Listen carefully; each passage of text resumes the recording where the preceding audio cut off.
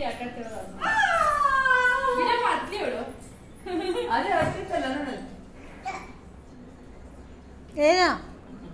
ಏನೋ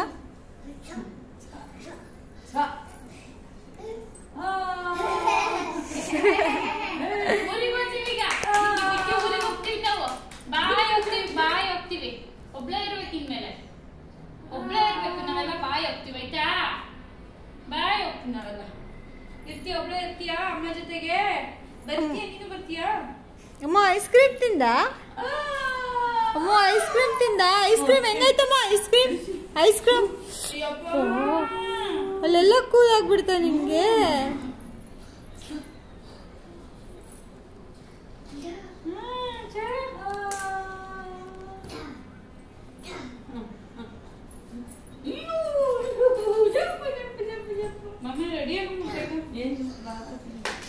S friends welcome back once again. ಇವತ್ತು ಬೆಂಗಳೂರಲ್ಲಿ ನಮ್ಮ ಕೊನೆಯ ದಿವಸ. ಈಗ ಸಂಜೆ 5:15 ಟ್ರೈನಿಗೆ ಹೊರಡ್ತಾ ಇದ್ವಿ. ಹಾಗಾಗಿ ಆಲ್ಮೋಸ್ಟ್ ಎಲ್ಲ 3 o'clock ಹೊತ್ತಿಗೆ ಪ್ಯಾಕಿಂಗ್ ಎಲ್ಲ ಮಾಡಿ ಮುಗಿಸ್ಕೊಂಡ್ಬಿಟ್ವಿ. ನಮ್ಮ ಯಶ್ವಿಗೆ ಗೊತ್ತಿಲ್ಲ ಪಾಪ ಹೋಗ್ತೀವಿ ಅಂತಂದ್ಬಿಟ್ಟು ಸುಮ್ಮನೆ ಬ್ಯಾಗ್ ಮೇಲೆ ಹತ್ಕೊಂಡು ಏನೋ ಖುಷಿಗೆ ಕುಣಿತಾ ಇದ್ದಾಳೆ. ಹೋಗುವಾಗ ಎಷ್ಟು ಹಠ ಮಾಡಿದ್ಲು ಅಂದರೆ, ಸೊ ಈ ವಿಡಿಯೋನಲ್ಲೇ ನೋಡ್ತೀರಾ ನೀವು ಅವಳು ಎಷ್ಟು ಹಠ ಮಾಡ್ತಾಯಿದ್ಲು ಅಂತಂದ್ಬಿಟ್ಟು. ಪಾಪ ಬಿಟ್ಟು ಬರೋಕ್ಕೆ ನಮಗೆ ಬೇಜಾರಾಯಿತು. ಸೊ ಏನೂ ಮಾಡೋಕ್ಕಾಗಲ್ಲ ಅಲ್ಲ, ನಮ್ಮ ಊರಿಗೆ ನಾವು ಬರಲೇಬೇಕು ರಿಟರ್ನು. ಹಾಗೆಯೇ ಇಲ್ಲಿ ನನ್ನ ತಂಗಿ ಮಶ್ರೂಮ್ ಪಲಾವ್ ಮಾಡಿದ್ಲು. ಸೊ ಪಾರ್ಸೆಲ್ ಕೊಡ್ತಾ ಇದ್ದಾಳೆ. ನಾವು ಮನೆಗೆ ಹೋಗೋತ್ತಿಗೆ ಆಲ್ಮೋಸ್ಟ್ 9:30 ಆಗಿಬಿಡತ್ತೆ. ಅದಕ್ಕೆ ಮತ್ತು ಮನೇಲಿ ಅಲ್ಲಿ ಹೋಗಿ ಅಡುಗೆ ಮಾಡ್ಕೊಂಡು ತಿನ್ನೋಕ್ಕಾಗಲ್ಲ, ಮತ್ತು ಹೋಟೆಲ್ಸ್ ಎಲ್ಲ ಬೇಡ ಅಂತಂದ್ಬಿಟ್ಟು ಮಧ್ಯಾಹ್ನ ಲಂಚಿಗೆ ಹಾಗೆ ನೈಟಿಗೆ ಆಗೋ ಥರ ಜಾಸ್ತಿ ಮಾಡಿದ್ಲ. ಅದನ್ನೇ ಇಲ್ಲಿ ಪಾರ್ಸೆಲ್ ಕೊಡ್ತಾ ಇದ್ದಾಳೆ ನನಗೆ, ಯದುವೀರ್ಗೆ ಹಾಗೆ ನಮ್ಮ ಅಮ್ಮನಿಗೆ. ನೈಟ್ ನಾವು ಅರೌಂಡ್ 8:30 ಒಳಗೆ ತಿನ್ಕೊಂಡ್ಬಿಡ್ತೀವಿ. ಏನೋ ಗೊತ್ತಿಲ್ಲ, ಮನೇಲಿದ್ದರೆ 9:10 ಗಂಟೆ ಆದರೂ ಊಟ ಮಾಡಬೇಕಂತ ಅನಿಸಲ್ಲ. ಬಟ್ ಹೊರಗಡೆ ಹೋದಾಗ ನಿಜವಾಗ್ಲೂ 7 o'clock ಹೊತ್ತಿಗೆ ಏನಾರು ತಿನ್ನಬೇಕಂತ ಅನ್ನಿಸ್ತಾ ಇರುತ್ತೆ. ಎಸ್ಪೆಷಲಿ ಈ ಜರ್ನಿಗಳೆಲ್ಲ ಮಾಡುವಾಗ ಟೈಮಿಗೆ ಸರಿಯಾಗಲ್ಲ, ಅದಕ್ಕೂ ಮುಂಚೆನೇ ಹೊಟ್ಟೆ ಹಸ್ಬಿಡುತ್ತೆ. ಹಾಗಾಗಿ ಹೆಂಗಾದರೂ ಆಗಲಿ ಅಂತ ಫುಡ್ನ ತೊಗೊಂಡ್ವಿ. ಹಾಗೆ ನೀರು, ಈಗಂತೂ ಬಿಸಿಲಲ್ಲಿ 1 ಬಾಟಲ್ ನೀರು ಸಾಕಾಗಲ್ಲ, ಬಟ್ ಸ್ಟಿಲ್ ಇರಲಿ ಅಂತ ಜಸ್ಟ್ 1 ಬಾಟಲ್ ಕೋಲ್ಡ್ ವಾಟರ್ ತೊಗೊಂಡಿದ್ದೀನಿ. ಅಲ್ಲಿ ಸಿಕ್ಕರೆ ಮತ್ತೆ ಟ್ರೈನೆಲ್ಲ ತೊಗೊಂಡ್ರೆ ಆಯಿತು ಅಂದ್ಬಿಟ್ಟು ಫೈನಲಿ ನಾವು ನಮ್ಮ ಟ್ರೈನಿಗೆ ಹೊರಡುವ ಸಮಯ ಬಂದೇ ಬಿಡ್ತು.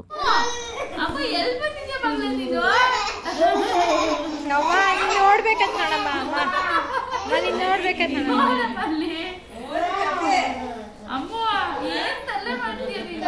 ಓಹನ ಬಂಗಾರಿ.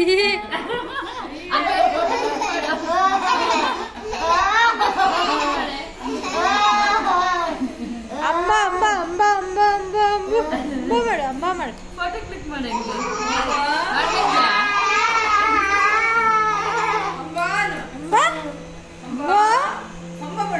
ಅವನ್ ಬಂದ್ ಮನ್ಕೊಂಡ ಅಂತ ಖುಷಿಯಾಗೈತೆ. ಬೇಜಾರಾಗಿತ್ತದಕ್ಕೆ ಹೇಳಕ್ಕಾಗಲ್ಲ, ಏನೂ ಇಲ್ಲ.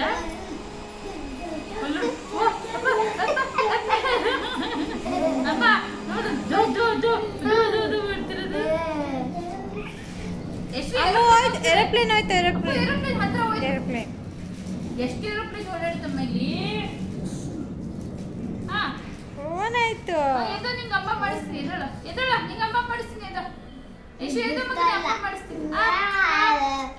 ಎಸ್ ಫ್ರೆಂಡ್ಸ್, ಟೈಮ್ ಆಯಿತು, ನಾವು ಹೊರಟ್ವಿ ಇವಾಗ. ನೋಡ್ರಿ ನಮಗಿಂತ ಮುಂಚೆನೇ ನಮ್ಮ ಪುಟ್ಟಿ ಶೂ ಹಾಕೊಂಡು ರೆಡಿ ಆಗ್ತಾಳೆ. ಈಗ ಎಷ್ಟು ಅಳ್ತಾಳೋ ಗೊತ್ತಿಲ್ಲ. ಬೇಕಾ ನೀನು ಬರ್ತೀಯಾ? ನೀನು ಪಿಂಕ್ ಶೂ ಹಾಕೋಬೇಕಾ?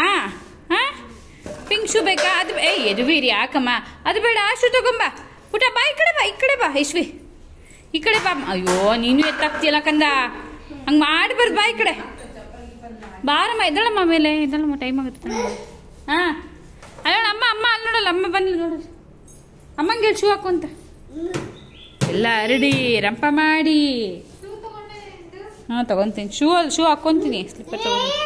ಏ ಅಮ್ಮ ಬಾರೆ, ಹಾಕಿ ಶೂ ಹಾಕಿ ಫಸ್ಟು. ಅದೆಲ್ಲ ಕೆಳಗೆ ಹೋದ್ವಿ ಅಂತ ಹೇಳ್ತಾ ಇರೋದು. ರೆಡಿನಾ ಅಮ್ಮ? ಹಾಂ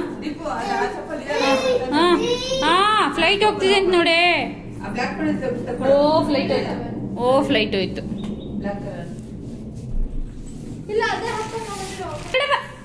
ನೀನೇನು ಹೋಗ್ತೀಯಾ?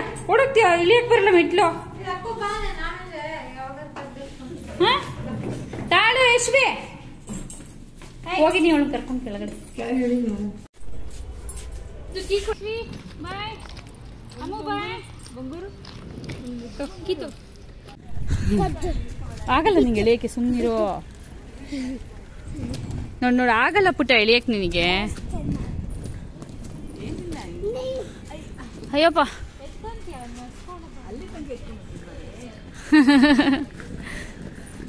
ಪಾಪ ಅದು ಗೊತ್ತಿಲ್ಲ, ಹೋಗಿ ಬರ್ತಾರೆ ಅನ್ಕೊಂಡೈತದು.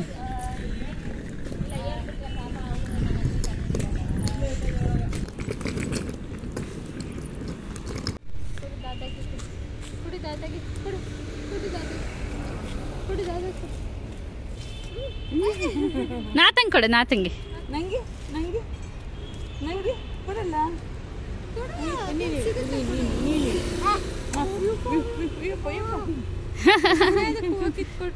ಓ ಹೂವು ಕೊಡಲ್ಲ, ಅವಳ್ದು ಬಂಗಾರದ ಹೂವು. ಹಾಂ ಸರಿ ಹೋಗೋಣ ನಡ್ರಿ. Bye bye see bye see bye. ಕೊಡಮ್ಮ ಹೋಗ್ಲಿ, ಕೊಡಮ್ಮ ಅಳ್ತಾಳೆ ಅವಳು. ಕೊಡಪ್ಪ ಅದು ಕೊಡು, ಅದು ಕೊಡು, ಕೊಡ ಹೋಗ್ಲಿ. ಸಾಕು ನಡೀರಿ ಹೋಗೋಣಮ್ಮ, ಲಗೇಜ್ ಇದೆ ಬಿಡೆ, ನಾವು ಹೊರಡ್ತೀವಿ. ಹಾಂ ಬಾಯ್ ಪುಟ್ಟ, ನಡಿ. ಬಾಯ್ ಅಮ್ಮ, ಬಾಯ್ ಅಮ್ಮ. ಇಲ್ಲಿ ಯಶ್ವಿ ಬಾಯ್ ಬಾಯ್ ಮಾಡು. ಏ ಕರ್ಕೊಂಡು ಗೊತ್ತಾಯ್ತು ಕರ್ಕೊಂಡೋಗಿ ಅಳ್ತಾಳು.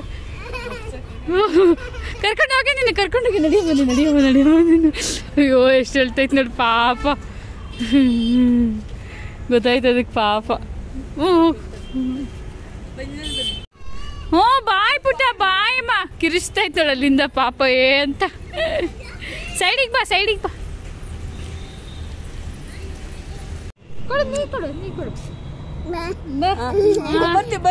ಬರ್ತೀವಿ. ಹೆಂಗಳ್ತೈತೆ ನೋಡಲ್ ಪಾಪ.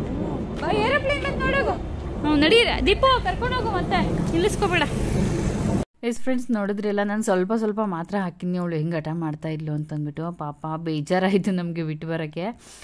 ಮಕ್ಕಳು ಹೆಂಗೆ ಮಾಡ್ತಾರೆ ನೋಡಿರಿ, ಸ್ವಲ್ಪ ಅಡ್ಜಸ್ಟ್ ಆಗೋ ತನಕ ಅಷ್ಟೇ. ಆಮೇಲೆ ಯಾರು ಹೊರಟ್ರು ಹಿಂಗೆ. ನಿನ್ನೆ ನಮ್ಮ ಚಿಕ್ಕಮ್ಮ ಅವರೆಲ್ಲ ಬಂದಾಗ ಅವರೆಲ್ಲ ಹೋಗೋ ಹಾಗೆ ಮಾಡಿದ್ಲು. ಅವರೆಲ್ಲರಿಗಿಂತ ಮುಂದೆ ಸ್ಲಿಪ್ಪರ್ ಹಾಕ್ಕೊಂಡು ನಿಂತ್ಕೊಂಡು ಅವ್ರ ಜೊತೆಗೆ ಎಷ್ಟು ದೂರ ಹೋಗಿ ಬಿಟ್ಟು ಬಂದಿದ್ದಾಯಿತು. ಬಟ್ ನಾವಿದ್ವಲ್ಲ ಅಷ್ಟೇನು ಅನಿಸ್ಲಿಲ್ಲ ಅವಳಿಗೆ. ಸೊ ಇವತ್ತು ತುಂಬ ಬೋರ್ ಹೊಡಿತಿರುತ್ತೆ ಅವಳಿಗೆ. ಆ್ಯಂಡ್ ಫೈನಲಿ ನಾವು ಮನೆಗೆ ಬಂದ್ವಿ. ನನ್ನ ಹಸ್ಬೆಂಡು ರೈಲ್ವೆ ಸ್ಟೇಷನ್ ಹತ್ರ ಬಂದರು ಪಿಕ್ ಮಾಡೋಕ್ಕೆ. ಆ್ಯಂಡ್ ಮನೆಗೆ ಬರ್ತಿದ್ದಂಗೆ ನಮಗೆ ಒಂದು ಹೊಸ ಸರ್ಪ್ರೈಸ್ ಏನಂದರೆ ನೋಡಿ, ನಮ್ಮ ಮನೆಯವರು ಮನೆಯನ್ನು ಚೇಂಜ್ ಮಾಡಿಬಿಟ್ಟಿದ್ದಾರೆ. ಸೊ ಹೊಸ ಸೋಫಾನ ತೊಗೊಂಡು ಬಂದಿದ್ದಾರೆ. ಸೊ ಇದು ಏನಕ್ಕೆ ಅಂತಂದ್ಬಿಟ್ಟು ನಾನು ನಿಮಗೆ ಈಗ ನೆಕ್ಸ್ಟ್ ಹಾಗೆ ವಿಡಿಯೋ ನೋಡ್ತಾ ಇರಿ, ಗೊತ್ತಾಗತ್ತೆ ಏನಕ್ಕೆ ತಂದಿರೋದು ಅಂತಂದ್ಬಿಟ್ಟು. ಆ್ಯಂಡ್ ಇದು ತುಂಬ ದಿವಸದ ಹಿಂದೆ ನೋಡಿದ್ವಿ ನಾವು, ಸೇಮ್ ಪೀಸ್ ಸೇಮ್ ಕಲರು, ತುಂಬ ಇಷ್ಟ ಆಗಿತ್ತು. ಅವ್ರು ತೊಗೊಳ್ತೀನಿ ಅಂದರೆ ನಾನು ಬೇಡ ಅಂತ ಬಿಡಿಸಿದ್ದೆ. ಬೇಡ, ಮಕ್ಕಳು ಸಣ್ಣವರು, ಬೇಗ ಗಲೀಜಾಗಿಬಿಡತ್ತೆ, ಹಿಂಗೆ ನೋಡಿ ಜಂಪ್ ಮಾಡಿಕೊಂಡು ಗಲೀಜು ಮಾಡ್ತಾರೆ ಅಂತಂದ್ಬಿಟ್ಟು. ಬಟ್ ನಮ್ಮ ಮನೆಯವರಿಗೆ ತಡ್ಕೊಳ್ಳೋಕ್ಕೆ ಆಗಲಿಲ್ಲ, ಬೇಕೇ ಬೇಕದು ಅಂತ. ಅವ್ರಿಗೆ ಒಂದ್ಸರಿ ಏನಾರು ಮೈಂಡಿಗೆ ಬಂದುಬಿಟ್ರೆ ತರೋತನಕ ಅವ್ರಿಗೆ ಸಮಾಧಾನ ಆಗೋಲ್ಲ, ಹಂಗಾಗಿ ತೊಗೊಂಡು ಬಂದಿದ್ದಾರೆ. ಸೊ ಇದೊಂಥರ ಸರ್ಪ್ರೈಸ್ ನಮಗೆ ಬಂದ ತಕ್ಷಣ. ಸೊ ಈಗ ಬೆಳಗ್ಗೆಯಿಂದ ಬ್ಲಾಗ್ನ ಸ್ಟಾರ್ಟ್ ಮಾಡ್ತಾ ಇದ್ದೀನಿ, ಮತ್ತೆ ರಿಟರ್ನ್ ಏನಂತಂದರೆ ನಾನು ಊರಿಗೆ ಹೋಗುವಾಗಲೇ ದೇವರ ಸಾಮಾನುಗಳೆಲ್ಲ ತೆಗೆದಿಟ್ಟು ಪೂಜೆ ಮಾಡಿ ಹೋಗಿದ್ದೆ. ಯಾಕಂದರೆ ನಮ್ಮ ಮನೇಲಿ ಹಬ್ಬ ಕೂಡ ಮಾಡಿಲ್ಲ, ನಾನು ಹಬ್ಬದ ಬ್ಲಾಗ್ ಅದಕ್ಕೆ ಹಾಕಿಲ್ಲ. ನಮ್ಮ ಫ್ಯಾಮಿಲಿಯಲ್ಲಿ ಒಂದು ಸೂತ್ಕ ಅಂತ ಇತ್ತು, ಹಾಗಾಗಿಬಿಟ್ಟು. ಸೊ ಹಾಗಾಗಿ ತೊಳೆದಿಟ್ಬಿಟ್ಟು ಹೋಗಿದ್ದೆ. ಹೆಂಗೂ ನಮ್ಮ ಮನೆಯವರು ಕೂಡ ಏನು ಪೂಜೆ ಏನು ಮಾಡೋಂಗಿಲ್ಲ ಅಂತಂದ್ಬಿಟ್ಟು. ಸೊ ಇವಾಗ ಮತ್ತೊಂದು ಸರಿ ವಾಶ್ ಮಾಡ್ಕೋತಾ ಇದ್ದೀನಿ, ಪೂಜೆ ಮಾಡೋಣ ಅಂತಂದ್ಬಿಟ್ಟು. ಇವತ್ತೇ ಪೂಜೆ ಮಾಡಿಬಿಡೋಣ ಅಂತ. ಹಾಗೆ ಇವತ್ತು ನಮ್ಮದು anniversary, 13th wedding anniversary. So 13 year complete ಆಯಿತು ನಮ್ಮದು ಮದುವೆ ಆಗಿ. ಹಾಗೆ ಬೇಗ ಒಂದು ಪೂಜೆ ಮಾಡೋಣ ಅಂತ. ಹಾಗೆಯೇ ಇವತ್ತು ಹೇಳಿದ್ದೀನಿ ನಮ್ಮ ಮನೆಯವರಿಗೆ, ನಾನು ಏನು ಮನೇಲಿ ಅಡುಗೆ ಮಾಡಲ್ಲ, ಸೊ ಹೊರಗಡೆನೇ ತಿನ್ನೋಣ ಅಂತಂದ್ಬಿಟ್ಟು. ಸೊ ಮಧ್ಯಾಹ್ನ ಹೊರಗೆ ಹೋಗ್ತೀವಿ, ಆಮೇಲೆ ನೈಟು ಗೊತ್ತಿಲ್ಲ ಏನು ಪ್ಲ್ಯಾನ್ ಇದೆ ಅಂತಂದ್ಬಿಟ್ಟು. ಸೊ ನೈಟ್ ಡಿನ್ನರ್ ಟೈಮ್ಗೆ. ಸೊ ಈಗ ಅದಕ್ಕೆ ಬೇಗ ಪೂಜೆ ಮಾಡ್ಕೊತಾ ಇದ್ದೀನಿ, ಅಂದರೆ ಇನ್ನೊಂದ್ಸರಿ ದೇವ್ರ ಸಾಮಾನುಗಳನ್ನ ತೊಳಿತಾ ಇದ್ದೀನಿ. ಸೊ ಹಾಗೆ ವ್ಲಾಗ್ನ ಕಂಟಿನ್ಯೂ ಮಾಡ್ತೀನಿ, ಓಕೆನಾ.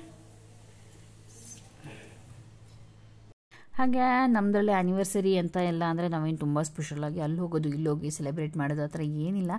ಒಂದು ದೇವಸ್ಥಾನಕ್ಕೆ ಹೋಗಿ ಬರ್ತೀವಿ, ಇಲ್ಲ ಅಂತಂದರೆ ಸುಮ್ಮನೆ ಹೋಟೆಲ್ಗೆಲ್ಲ ಹೋಗಿ ಊಟ ಮಾಡ್ಕೊಂಡು ಬರ್ತೀವಿ ಅಷ್ಟೇ.